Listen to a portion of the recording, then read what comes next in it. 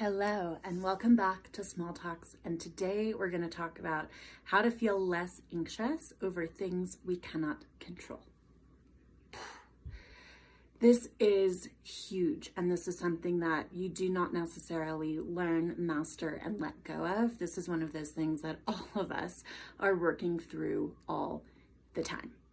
So the first step in feeling a little bit less anxious over things we can't control is recognizing when we can and cannot control something. So one of the reasons why we might feel anxious at given times over any of the things that manifest in our day-to-day is that we're falsely feeling that we might have more control over something than we do. So something that can be helpful here is to write out some of the factors that are at play and to really be mindful, open-minded, and curious around how much control do we have over this circumstance versus do we not have. And in the circumstances where we do have control, what are the things that we want to use that control toward?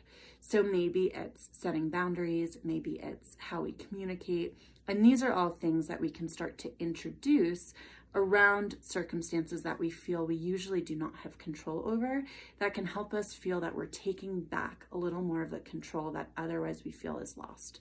So when it comes to boundaries, for example, you may find that there's an incredibly stressful circumstance either in your personal life or at work.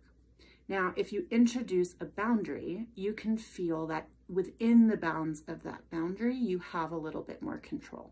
So even if in the situation where you're without control is causing you a lot of stress, you grant yourself the safety of what's within that container to have more control over. So maybe it's 10 minutes in your day that you elect to focus on something else that is more restorative for you.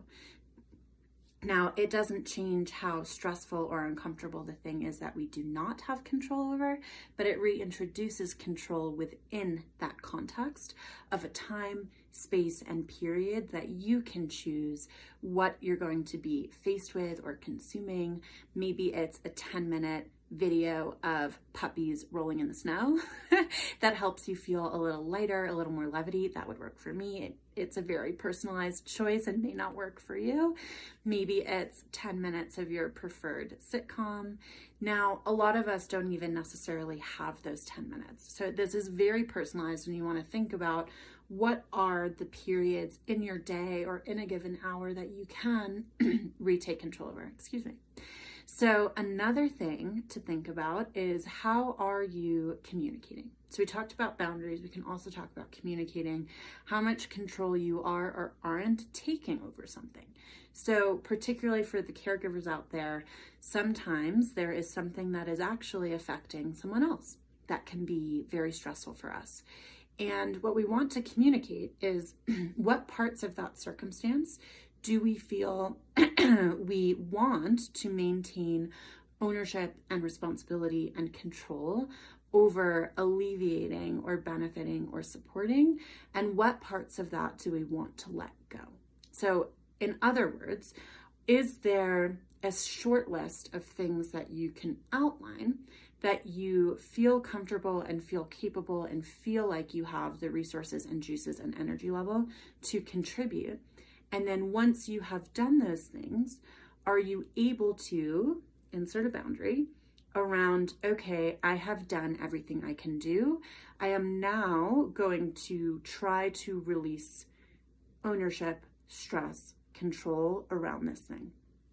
So maybe it's in the case of someone else going through something stressful, maybe it's sending an affirming note or message, sending a gift or a piece of food, it's sending a pleasant photo and asserting, I'm so sorry about what is happening, affirming their experience, saying I'm available to talk at this time if you'd like to. And once your short list of things that again is going to be very personalized to you are complete, then you can repeat to yourself when you're feeling some of the rise of stress or anxiety or guilt, you can run through the short list to say, I have done A, B, C, D. I have proactively identified for myself that that is the short list of things that I feel is reasonable for me to do within my capacity, within my resources. And at this time, I'm going to shift my focus to something restorative, something for your own personal life, something for your professional life. And I feel like I'm opting in, I'm able to do that because I have proactively made the decision and the list about what needs to be met before I make that cognitive shift. So I know this is a lot of information that I threw out there at you today. As always, if there is something that works for you that I did not mention, include it here in the comments or share and add a friend who might share their perspective, because you never know who you're going to help, and we are a community. Also, as always, keep your eyes peeled for the question bubbles in our stories so that we can continue to answer the questions that are most top of mind for you.